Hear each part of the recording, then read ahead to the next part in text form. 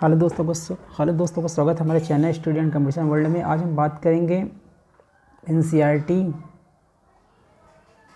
9th के छठे में 5वें चैप्टर का, जिसका नाम है प्राकृतिक वनस्पतियों वन प्राणी। ये इन्वायरमेंट से भी रिलेटेड है। किससे? इन्वायरमेंट से भी रिलेटेड है। ये आपके एग्ज़ाम के लिए महत्वपूर्ण है। चलिए बात करते हैं। एनसीईआरटी शुरू ही इतने अच्छे शब्दों से होता है कि मज़ा आ जाता है। लिख रहा है, क्या आपने कभी अपने स्कूल हुआ या घर हुआ आसपास के मैदानों में भांति प्रकार के वृक्ष देखे होंगे, झाड़ियाँ देखे होंगे, घास देखे होंगे, पक्षी देखे होंगे? ये तो सही है। क्या वह एक ही प्रकार के हैं या अलग अलग तरह के? पूछ रहा क्या जो देखे हों? हाँ, हम देखते हैं आम का पेड़ होता है, नीम का पेड़ होता है, बरगद का होता है, पक्षी बहुत सी होती है, कोयल होता है, पैरट होता है, तोता होता है, मैना होता है। और एक विशाल भारत क्या है? एक विशाल देश है। इस विशाल देश इसी कारण अनेक प्रकार के जैव विविधता की कल्पना कर सकते हैं। जैव कल्पना कर सकते हैं। बायोडाइवर्सिटी भारत में क्या है? अधिक है। बायो डाइवर्सिटी अधिक है। हमारे देश में विश्व का लगभग मुख्यतः 12 जैव विविधता वाले देशों में से एक है। 12 जैव विविधता वाले देशों में भारत क्या है? एक है। मतलब यहाँ भी अधिक से जैव विविधता पाई जाती है। लगभग 47,000 विभिन्न जातियों के पौधे पाए जाते हैं। पाने के कारण ये देश विश्व में 10वें स्थान पर है। एशिया देशों में 4थे स्थान पर है। और हम पूछते हैं आपसे, इससे 4 बड़े देश कौन से एशिया में जहाँ पर बस अधिक बायोडाइवर्सिटी पाई जाती है? आप सर्च करें, देखें। भारत में लगभग 15,000 फूलों के पौधे हैं, जो कि विश्व के फूलों के पौधों का 6% है। आपको भारत के बेसिक जगह दिया जाता है। क्या है यहाँ? 15,000 फूलों के पौधे हैं, जो भारत पूरे विश्व के इतना 6% है। इस देश में बहुत से बिना फूलों के पौधे भी हैं, जैसे फर्न हुआ, शैवाल हुआ, कवक हुआ, पाए जाते हैं। भारत में लगभग 90,000 जातियों के जानवर हैं। विभिन्न प्रकार के मछलियाँ हैं, ताजे और समुद्री जल की मछलियाँ पाई जाती हैं। प्राकृतिक वनस्पति का अर्थ है कि वनस्पति का वह भाग जो मनुष्य की सहायता के बिना अपने आप पैदा होता है। ये इम्पोर्टेंट है। क्या है? बिना मनुष्य के साथ बिना पैदा, उसे प्राकृतिक वनस्पति कहते हैं। और लंबे समय तक उस पर मानवीय प्रभाव नहीं पड़ता। इम्पोर्टेंट ये है। इसे अक्षत वनस्पति कहते हैं। क्या कहते हैं? इसे अक्षत वनस्पति। अतः विभिन्न प्रकार के कृषिगत फसलों, फल, बागानों, वनस्पति के तो भाग तो हैं, परंतु प्राकृतिक वनस्पति नहीं है। जैसे हम देखते हैं कृषिगत फसलें हुआ, ये मानवीय द्वारा बनाया गया। फल भी मानवीय द्वारा उगाया जाता है। बागान बनाए जाते हैं मानव द्वारा। वनस्पति के वो भाग होते हैं जो प्राकृतिक वनस्पति नहीं होते। प्राकृतिक वनस्पति क्या है? वो वनस्पति जो मनुष्य की सहायता के बिना अपने आप पैदा होते हैं, लंबे समय तक उस पर मानवीय प्रभाव नहीं पड़ता। ये कहते हैं अच्छे वनस्पति होते हैं। और ये याद रखिए, फैक्ट है व्यक्ति का। वो वनस्पति जो मूल रूप से भारतीय हो उसे देशज कहते हैं, लेकिन जो पौधे भारत के बाहर से आए हैं उन्हें विदेशज कहते हैं। जैसे लेप्टस ऑस्ट्रेलिया का है, ये बाहर से आए हैं। वनस्पति जगत शब्द का अर्थ है किसी विशेष क्षेत्र। कहाँ पर? जगत में किसी विशेष क्षेत्र में किसी समय में पौधे की उत्पत्ति से है। इस तरह प्राणी, इसी तरह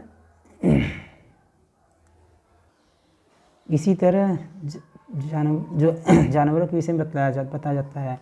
वनस्पति, वन जीव, प्राणियों की इतनी विविधता के कारण क्या है? कारण खोजें, क्या कारण हो सकता है कि भारत में ज़्यादा डाइवर्सिटी पाई जाती है? जैव डाइवर्सिटी पाई जाती है। धरातल पर अध्ययन करेंगे, धरातल में क्या क्या चीज़ है जिससे भारत में इतनी ज़्यादा विविधता पाई जाती है। क्या पाई जाती है? विविधता, डाइवर्सिटी पाई जाती है वनस्पति में। पहले हम भूभाग का अध्ययन करेंगे। भूमि का वनस्पतियों वनस्पति पर प्रत्यक्ष अप्रत्यक्ष प्रभाव पड़ता है। क्या पर्वत, पठार, मैदान, शीतोष्ण कटिबंधीय की प्रकार वनस्पति पाई जाते हैं? वनस्पति नहीं हो सकते हैं। धरातल के स्वभाव वनस्पति का बहुत प्रभाव पड़ता है। उपजाऊ भूमि पर प्राय कृषि की जाती है। ऊबड़ खाबड़ समतल भूभाग पर जंगल और घास के मैदान होते हैं, जिन पर वनस्पति का आश्रय होता है। विविधता का मृदा भी होता है। विभिन्न स्थानों पर अलग अलग प्रकार की मृदा पाई जाती है, जो विविध प्रकार वनस्पतियों का आधार होता है। मरुस्थल में बलुई मृदा में कटीली झाड़ियाँ, नदी के डेल्टा में पर्णपाती वन पाए जाते हैं। पर्वतों की ढलान पर जहाँ मृदा की परत गहरी होती है वहाँ शंकुधारी वन पाए जाते हैं। पर्वतों की ढलान पर अब बताइए शंकुधारी वन क्या होते हैं। अब जलवायु की चर्चा करेंगे। तापमान, वनस्पति की विविधता विशेषता तापमान और वायु की नमी पर निर्भर करता है। क्या करता है? वनस्पति की विविधता विशेषता तापमान और वायु की नमी पर निर्भर करता है। हिमालय पर्वत के ढलानों प्रायद्वीप पहाड़ों पर 9 से 15 मीटर ऊंचाई से ऊपर तापमान गिरावट का वनस्पति की पनपने और बढ़ने का प्रभावित करती है। उसे उष्णकटिबंधीय, उसे शीतोष्ण और अल्पाइन वनस्पति परिवर्तित कर देती है। हम देखेंगे वनस्पति खंड में तापमान विशेषता क्या क्या है। उष्ण में 24 से अधिक डिग्री तापमान होता है। औसत तापमान 18 से अधिक होता है। कोई पाला नहीं पड़ता उष्ण में। उपोष्ण में 17 से 26 डिग्री तक सेल्सियस तापमान होता है। एवरेज होता है जनवरी में होता है 10 से 18 डिग्री। पाला कभी नहीं, कभी कभी पड़ता है इसमें। शीतोष्ण में 7 से 17 डिग्री सेल्सियस होता है। जनवरी तापमान -1 से -10 होता है। कभी पाला कभी बर्फ पड़ता है यहाँ पर। अल्पाइन में 7 से कम होता है और 1 डिग्री से कम यहाँ तापमान होता है। जनवरी में बर्फ गिरा रहता है पूरा अल्पाइन में। वर्षण का प्रभाव क्या होता है वनस्पति में? क्या पहला क्या भूतल हो गया, जलवायु का वर्षण के अध्ययन करेंगे। भारत में लगभग सारी वर्षा आगे बढ़ते हुए दक्षिण पश्चिम मानसून, पीछे हटते हुए उत्तर पूर्वी मानसून से होती है। वर्षा कब कैसे होती है? दक्षिण पश्चिम मानसून से, पीछे हटते हुए उत्तर पूर्वी मानसून से। अधिक वर्षा वाले क्षेत्र में कम वर्षा वाले क्षेत्रों का अपेक्षा संघन होता है। ये इम्पोर्टेंट है। पश्चिमी घाट की पश्चिमी ढालों पर पूर्वी ढलान की अपेक्षा अधिक संघन प्रभाव क्या है? व्याख्या करें इसका। पश्चिमी घाट की पश्चिमी ढलानों पर पूर्वी ढलान की अपेक्षा अधिक संघन है। इसका क्या आपने कभी सोचा है कि वनस्पति वन जो है मनुष्य के लिए क्या आवश्यक है? ये इम्पोर्टेंट है। गहराई से अध्ययन करें। वन नवीकरणीय योग संसाधन। क्या है? नवीकरणीय योग संसाधन है और ये वातावरण की गुणवत्ता बढ़ाने में मुख्य भूमिका निभाते हैं। ये स्थानीय जलवायु, मृदा अपरदन और नदियों की धारा को नियंत्रित करते हैं। क्या करते हैं? स्थानीय जलवायु, मृदा अपरदन और नदियों की धारा को नियंत्रित करते हैं। ये बहुत सारे उद्योग के आधार हैं तथा कई समुदाय की जीविका भी प्रदान करते हैं। ये मनोरम प्राकृतिक दृश्यों के कारण पर्यटकों को आकर्षित करते हैं। ये पवन और तापमान नियंत्रित करते हैं, वर्षा लाने में सहायता करते हैं। इनमें मृदा की जीवाश्म मिलता है, वन्य प्राणियों का आश्रय मिलता है। मोस्ट इम्पॉर्टेंट इतना जरूर याद रखें।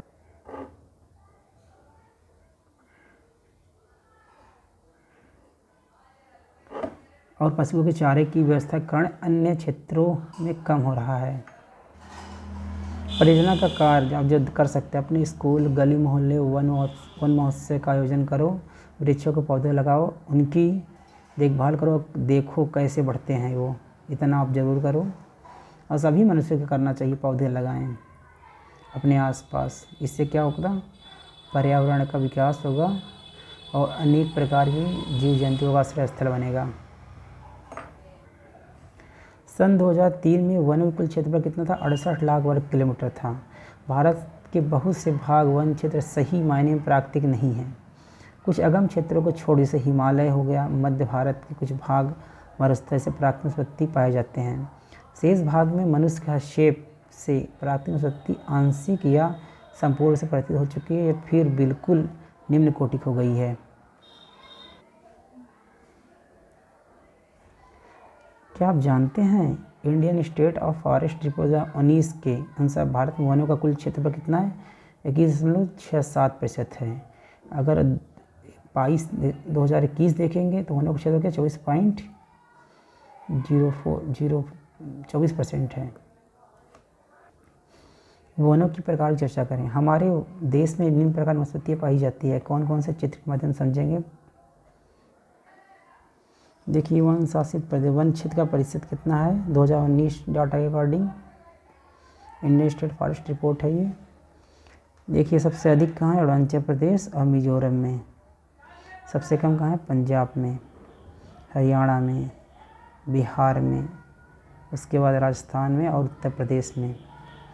जितने भी हमारे नॉर्थ ईस्ट स्टेट है, क्या उन्हें नॉर्थ ईस्ट स्टेट हुआ और यूटी में क्या हुआ? अंडमान निकोबार लक्षद्वीप में सर्वाधिक वन क्षेत्र पाए जाते हैं प्रतिशत में, और क्षेत्र में सर्वाधिक पाए जाते हैं मध्य प्रदेश में, ये क्षेत्रफल में है। अब हम वनों की प्रकार की चर्चा करेंगे। अब क्या करेंगे, वन की प्रकार कौन कौन से चर्चा करेंगे। उष्णकटिबंधीय सदाबहार वन, उष्णकटिबंधीय पर्णपाती वन सर्वाधिक भारत में ही पाया जाता है। उष्णकटिबंधीय कटीली वन झाड़ियाँ ये राजस्थान में पाया जाता है। पर्वतीय वन हिमालय में पाया जाता है और पश्चिमी घाट में। मैग्रा वन समुद्र के तटीय क्षेत्रों में पाया जाता है। कुल 5 भागों में देखेंगे हम वन क्षेत्र भारत में कौन कौन से हैं। पहले हम देखेंगे उष्णकटिबंधीय वर्षा वन या सदाबहार वन। क्या है, वर्षा वन सदाबहार है। ये वन पश्चिमी घाट के अधिक वर्षा वाले क्षेत्रों में, लक्षद्वीप में, अंडमान निकोबार में, असम के ऊपरी भागों में, तमिलनाडु के तट पर सीमित है। कहाँ कहाँ ये, पश्चिमी घाट में है, लक्षद्वीप, अंडमान निकोबार द्वीप समूह, असम के ऊपरी भागों में, तमिलनाडु के तट पर सीमित है। ये उन क्षेत्रों के भली भांति विकसित होते हैं जहाँ 200 सेमी से अधिक वर्षा के साथ साथ एक थोड़े समय के लिए शुष्क ऋतु पाई जाती है। क्या क्या, 200 से अधिक वर्षा, साथ में शुष्क क्षेत्र पाई जाती है कुछ थोड़े समय के लिए। इन वनों में वृक्ष 60 मीटर या इससे अधिक ऊंचाई तक पहुंचते हैं, जो कि ये वर्ष भर गर्म और आर्द्र रहते हैं। अतः यहाँ हर प्रकार का वनस्पति, वृक्ष, झाड़ियाँ, लताएँ उगती हैं और वनों में इनकी विभिन्न ऊंचाइयों के कई स्तर देखने को मिलते हैं। वृक्ष में पतझड़ होने से कोई निश्चित समय नहीं होता, अतः ये वन साल भर हरे भरे रहते हैं।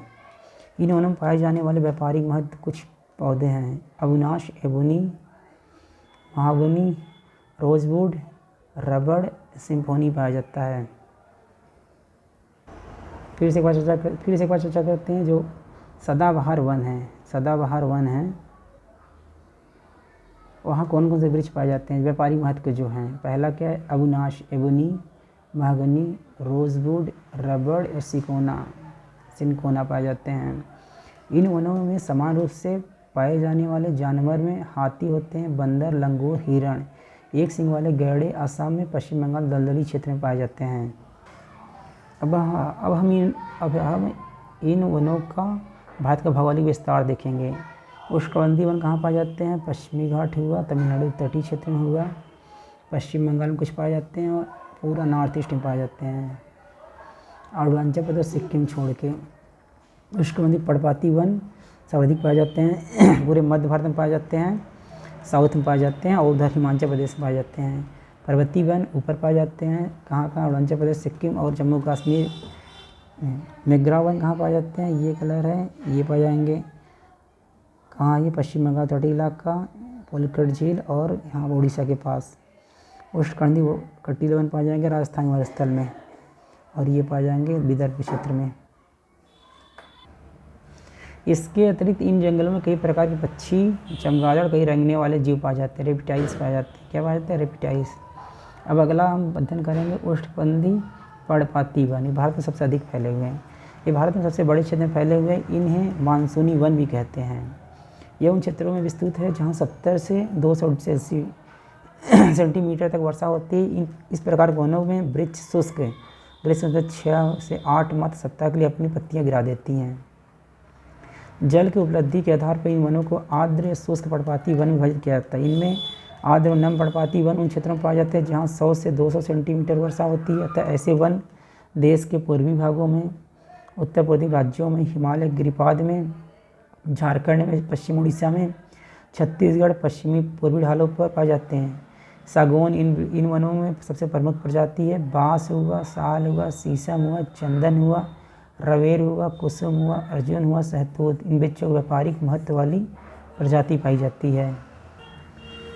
शुष्क पर्णपाती वन उन क्षेत्रों में पाए जाते हैं जहाँ वर्षा क्या होता है, 70 से 100 सेंटीमीटर होता है। ये वन प्रायद्वीप पठार में ऐसे वर्षा वाले क्षेत्र हैं जहाँ उत्तर प्रदेश, बिहार के मैदानी में पाए जाते हैं। विस्तृत क्षेत्र प्राय सागौन का है, साल का है, पीपल का है, नीम का है। इन क्षेत्रों में बहुत बड़े कृषि कार्य के लिए उपयोग किए जाते हैं। कुछ भागों में पशुचारण के लिए होता है। इसे आप देख रहे हैं, उसका भाई पर्णपाती वन ये है हमारे पास। ये क्या कर 6 महीने अपने पत्ते गिरा देते हैं, 6 माह में अपने पत्ते गिरा देते हैं। पर्णपाती वनों में पाए जाने वाले जानवर प्राय सिंह होते हैं, शेर होते हैं, सुअर होते, हिरण होते, हाथी होते, 20 प्रकार के पक्षी, छिपकली, सांप, कछुए भी यहाँ पाए जाते हैं। अब हम पढ़ें कटीली वन और झाड़ियाँ भारत में कहाँ पाए जाते हैं। उन क्षेत्रों में पाए जाते हैं जहाँ 70 सेंटीमीटर से कम वर्षा होती है। वहाँ वनस्पति प्राकृतिक रूप से कटीले वन झाड़ियाँ पाई जाती है। इस प्रकार वनस्पति देश के उत्तरी पश्चिम भाग अर्थात राजस्थान में पाए जाते हैं, जिनमें गुजरात हुआ, राजस्थान हुआ, छत्तीसगढ़ हुआ, मध्य प्रदेश हुआ, उत्तर प्रदेश, हरियाणा के अर्धशुष्क क्षेत्रों में सम्मिलित है। अकासिया, खजूर, यूफोर्बिया तथा नागफनी कैक्टाई यहाँ प्रमुख पादप हैं। इन वन क्षेत्रों में वृक्ष बिखरे हुए हैं। इनकी जड़ें लंबी जल की तलाश में चारों ओर फैली है। पत्तियाँ प्राय छोटी होती है, इसमें वाष्पीकरण कम से कम हो सके। शुष्क भागों में झाड़ियाँ और कटीले पादप पाए जाते हैं। ये है आपके कटीले पादप, जैसे ये देखिए नागफनी हुआ, ये सब हुआ। ये राजस्थान के मरुस्थलीय इलाके में पाए जाते हैं, गुजरात जहाँ पाए जाते हैं।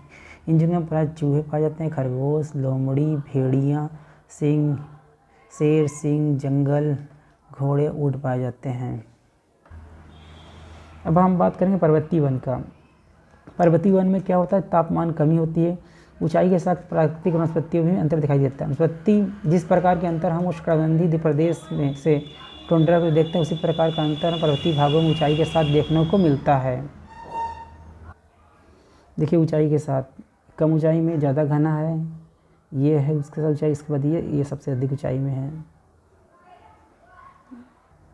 अब हम अध्ययन करेंगे ऊंचाई के साथ इसका।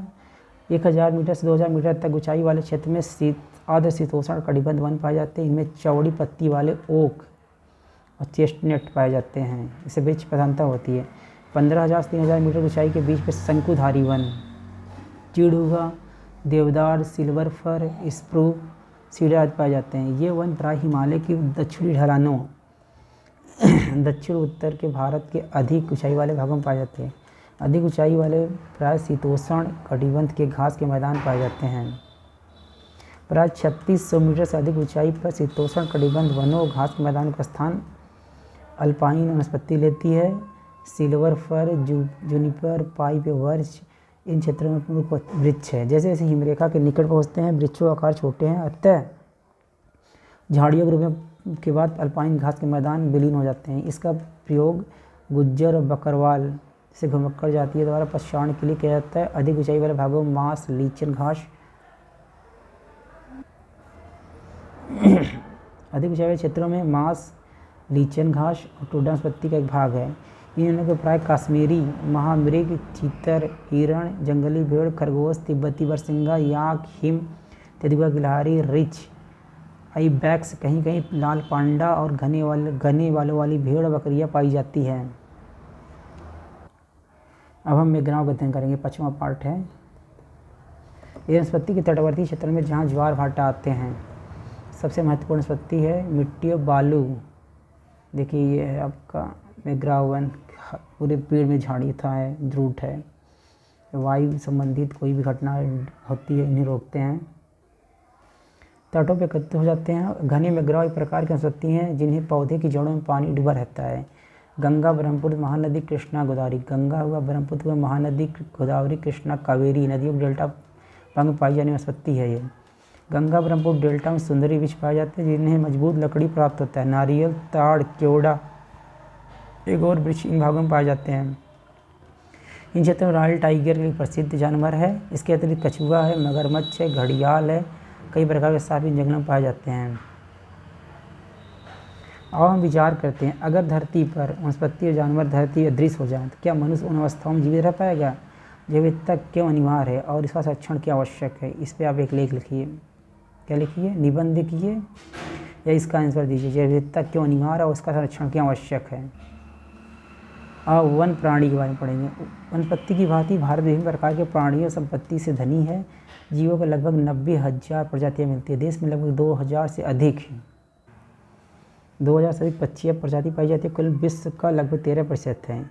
यहाँ मछलियों की संख्या 2546 प्रजातियाँ, विश्व का लगभग 12% है। भारत विश्व के 5 से 8% तक उभयचर सरीसृप स्तनधारी भी जानवर पाए जाते हैं। ये डाटा है, आप इसे याद रख सकते हो, नहीं भी ले सकते हो। अगर आप निबंध लिखते हो तो इन्हें याद रखना बहुत ज़रूरी होता है। ओवरऑल याद रखना। स्तनधारी जानवर में हाथी सबसे अधिक महत्वपूर्ण है। ये असम, कर्नाटक, केरल, कहाँ? असम, कर्नाटक, केरल के उष्ण आर्द्र वनों में पाए जाते हैं। एक सींग वाले गैंडे अन्य जानवर हैं जो पश्चिम बंगाल असम के दलदली क्षेत्रों में रहते हैं। कच्छ के रण और धार मरुस्थल में जंगली गधे और ऊँट रहते हैं। भारतीय भैंसा, नीलगाय और चौसिंघा और छोटा मृग, विभिन्न प्रजातियों वाले हिरण आदि कुछ जानवर इन भारत में पाए जाते हैं। बंदरों से भी अनेक प्रजातियाँ पाई जाती है। भारत में वन्य जीव सुरक्षा अधिनियम कब बना था? 1972 में लागू किया गया था। इसमें इंदिरा गांधी थी। भारत विश्व का अकेला देश जहाँ शेर और बाघ दोनों पाए जाते हैं। भारतीय शेरों की प्राकृतिक वास जो है गुजरात के गिर जंगल में, बाघ जो है मध्य प्रदेश झारखंड वनों में, पश्चिम बंगाल सुंदरवन हिमालयी क्षेत्रों में पाए जाते हैं। बिल्ली जाति एक सदस्य तेंदुआ भी यहाँ शिकार जानवरों का मुख्य है। हिमालयी क्षेत्र में पाए जाने वाले जानवर अपेक्षाकृत कठोर जलवायु का सहन करने वाले होते हैं जो अत्यधिक ठंड में भी जीवित रहते हैं। लद्दाख बर्फीली ऊंचाइयों में याक पाए जाते हैं जो गुच्छेदार सींगों वाले बैल जैसे जीव हैं जिसका भार लगभग 1 टन होता है। तिब्बती बरसिंगा भारल मतलब नीली भेड़, जंगली भेड़, कियांग, तिब्बती जंगली गधे भी पाए जाते हैं। कहीं कहीं लाल पंडा के कुछ भाग भी मिलते हैं।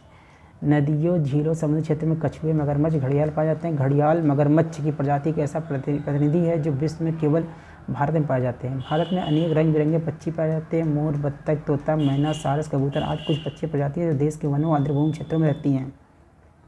हमने अपनी फसल जैव विविधता के पर्यावरण चुनी है, यानी खाने योग्य पौधे निश्चय है। हमने बहुत से औषधि पादपों का प्रयोग कर उनका चुनाव किया है।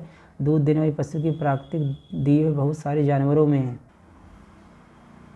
चुनाव किया। दूध देने वाले पशु की प्राकृतिक रूप दिए गए बहुत सारे जानवर चुने गए हैं। जानवर हमें बोझ ढोने, कृषि कार्य करने और यातायात साधनों के रूप में मदद करते हैं। इनमें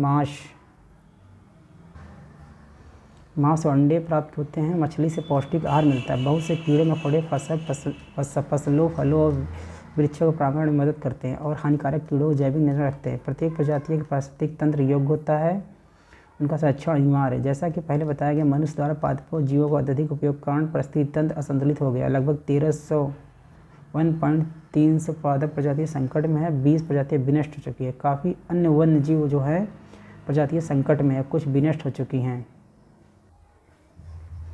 पारिस्थितिक तंत्र में असंतुलन का मुख्य कारण लालची व्यापारियों का अपने व्यवसाय के लिए अत्यधिक शिकार करना, रासायनिक और औद्योगिक अवशिष्ट और तेजाबी जमाव के कारण प्रदूषण, विदेशी प्रजातियों का प्रवेश, कृषि निवास के लिए वनों का अंधाधुंध कटाई पारिस्थितिक तंत्र के असंतुलन कारण है। अपने देश में पादप जीवों की संपत्ति सुरक्षा के लिए सरकार कई कदम उठाई है। पहला क्या है? देश में 18 जीवमंडल निश्चय आरक्षित क्षेत्र स्थापित किए। इनमें से 10 हैं सुंदरबन, नंदा देवी, मन्नार खाड़ी, नीलगिरी, नौरक्रैक, ग्रेट निकोबार, मानस, सिमलीपाल, पंचमढ़ी, अंचार, अमरकंटक की गणना विश्व जीवमंडल निश्चय में किया गया है। चलिए हम 18 जीवमंडल के निश्चय या आरक्षित क्षेत्र के नीचे आरक्षित क्षेत्र के वर्णन करते हैं। सुंदरबन, मन्नार खाड़ी, नीलगिरी, नंदा देवी, नौरक्रैक, ग्रेट निकोबार, मानस, सिमलीपाल, दिहांग बिहांग, डिब्रू सैखोवा, अगस्तमलाई, कंचनजंगा, पंचमढ़ी, अंचार, अमरकंटक, कच्छ, ठंडा रेगिस्तान, शेष अंचल, पन्ना। सेकंड देखते हैं। 1992 में भारत सरकार द्वारा पादप उद्यानों की वित्तीय तकनीक सहायता देने की योजना बनाई। शेर संरक्षण, गेरा संरक्षण, भारतीय भैंसा संरक्षण, पारिस्थितिक तंत्र संतुलन के लिए कई योजनाएं बनाई गई।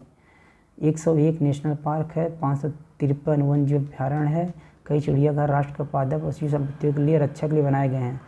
हम सभी अपनी अतिजीविता के लिए प्राकृतिक सत्य तक महत्व समझना चाहिए। ये अब तक के संभव के प्राकृतिक पर्यावरण का अंधविश्वास तत्काल समाप्त कर दिया जाए।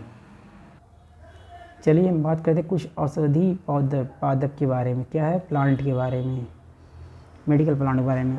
भारत प्राचीन समय से अपने मसालों और जड़ी बूटियों के लिए विश्वविख्यात रहा है। आयुर्वेद में लगभग 2000 पादपों का वर्णन है। कम से कम 500 निरंतर प्रयोग में आते रहे हैं। विश्व संरक्षण संघ ने लाल सूची के अंतर्गत 352 पादप की गणना की है, जिनमें से 52 पादप अति संकटग्रस्त है। 49 पादप विनष्ट होने का खतरा है। भारत में औषधि के लिए प्रयोग होने वाले कुछ महत्वपूर्ण पादप: सर्पगंधा, यह रक्तचाप के निदान के लिए प्रयोग होता है, केवल भारत में पाया जाता है। जामुन, पके फल से सिरका बनाया जाता है जो वायुसारी और मूत्रवर्धक, इनमें पाचन शक्ति गुण हैं। बीज बनाए जाते हैं। पाउडर, मधुमेह, डायबिटीज का रोग सहायता करता है। अर्जुन, ये ताज़े पत्ते से निकला हुआ रस कान के दर्द के इलाज के लिए सहायता करता है। रक्तचाप को नियमित और क्लियर आवश्यक है। बबूल, इसके पत्ते आँख में फुंसी के लाभदायक है। इसे प्राप्त गोद प्राय शारीरिक शक्ति वृद्धि के लिए होता है। नीम जीवाणु प्रतिरोधक है। तुलसी जुकाम और खांसी के लिए दवा का प्रयोग किया जाता है। कचनार फोड़ा और दमा रोग के लिए प्रयोग होता है। इस पौधे की जड़ और काली पाचन शक्ति में सहायता करता है। अपने क्षेत्र में औषधि पादप की पहचान करें। कौन पौधे औषधि के लिए प्रयोग होते हैं, उस पर स्थान लोगों को उनका बीमारियों के लिए प्रयोग होता है। प्राकृतिक परिस्थिति तंत्र मनुष्य जीवन के लिए अनिवार्य है। ये क्या संभव है कि प्राकृतिक प्रभाव के निरंतर हो रहा विनाश को रोका जा सकता है? Thanks for watching. वीडियो को लाइक करें, शेयर करें, सब्सक्राइब मेरे दोस्त।